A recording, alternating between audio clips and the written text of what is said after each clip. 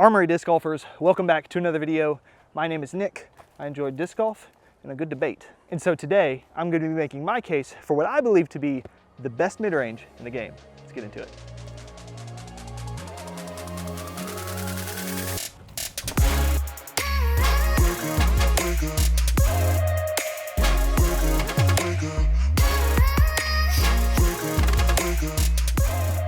All right, let's jump straight into it. Hole 1, 240-ish feet. We want something that hyzers pretty hard on this back tree line. We're at Park Hudson in Bryan, Texas. This is a new course. Tee pads aren't even in yet, so this will be an adventure getting to see new lines and holes and stuff like that too.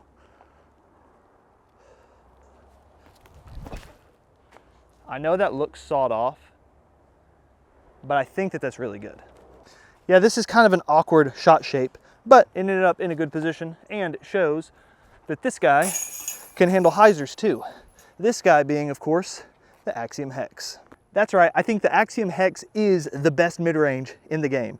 This is a small diameter mid-range. It's got a nice flat profile to it, flight numbers of 5.5, -1.1, nice rounded edge, very comfortable to throw, very nice to watch in the air as well. Here, we've got a 330-ish foot shot, finishes slightly uphill.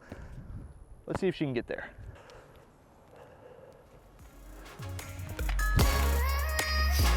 Oh, I think she can. Oh, she can. Get down. Yeah. Beautiful.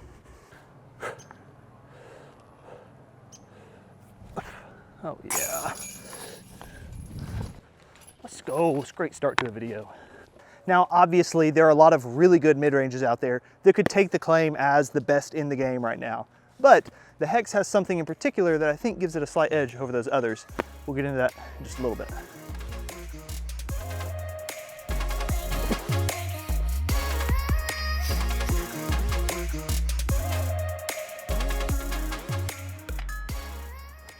And that edge is that the Hex is a lot more comfortable to forehand than a Buzz or a Rock or MB3 or one of its competitors in this slot. Now, I know that these aren't predominantly forehand discs, but when you're talking about, the titans of a particular slot, then little nuances like this do matter.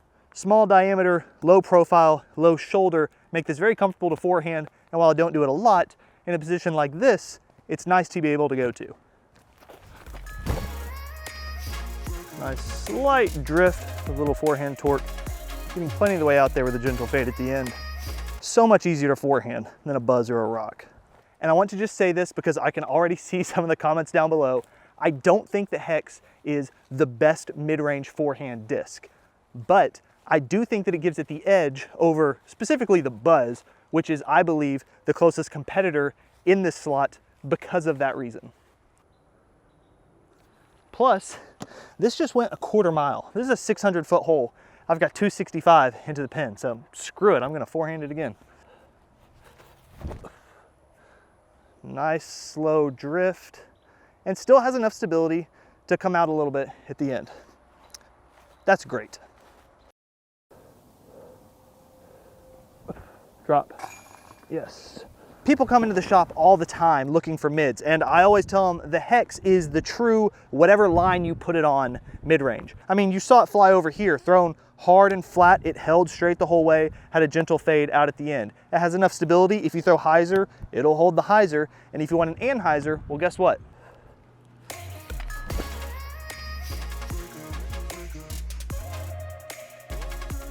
You can hit trees with those too.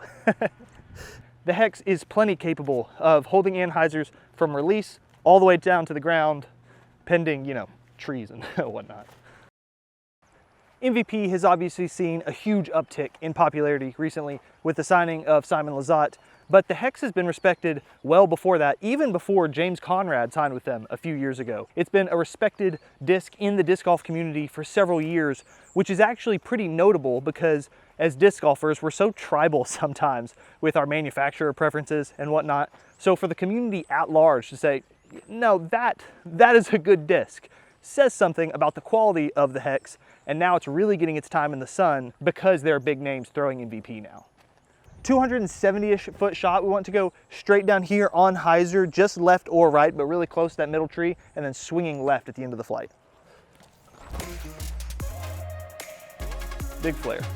Oh, got caught up on some like twigs or something down there, but it should be a look. Yeah, we got just outside the circle, but this, goodness grief, this is all like disgusting. So, well, I won't be jumping in this. Drop. Oh, goodness grief. Well, the hex can't putt for you. Now, a lot of people, myself included, upon first seeing the flight numbers of a hex, expect it to be an understable disc, but it's really not. I mean, as we've seen, it can go hyzer, flat, or anhyzer, and that's why I think that this stands above any of the other mid-ranges competing for that best of all time slot. We've got about, I don't know, 260-ish to this corner, and then we want to finish slightly left. A little bit of anhyzer. Now get back at the very end. Ooh, friendly tree kick. Man, I haven't been keeping up with my score, but I'm on a heater right now. So, combination of feel and flight, the hex is just built different. And that's why I think that it's the best in the game right now. If you don't think that it's the best in the game right now, well, let me know what you do think is. Let's discuss it in the comments below. 285, perfect hex shot. Gonna leave it on the left side and have it pan right the whole way. See? I hope I didn't just lose my hex. What am I talking about? What am I talking about? Hope I didn't lose it. I got a birdie look.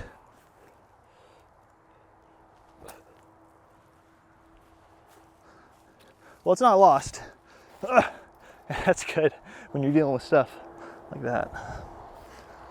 Let's cap off a nice bogey-free hex 9. Thank you all so much for watching. If you've got to this point of the video, please do me a favor, leave a like down below. Jump in the comments, let me know what you think the best mid-range of all time is. Let's debate or agree down there. Thank you for watching. See you in the next one.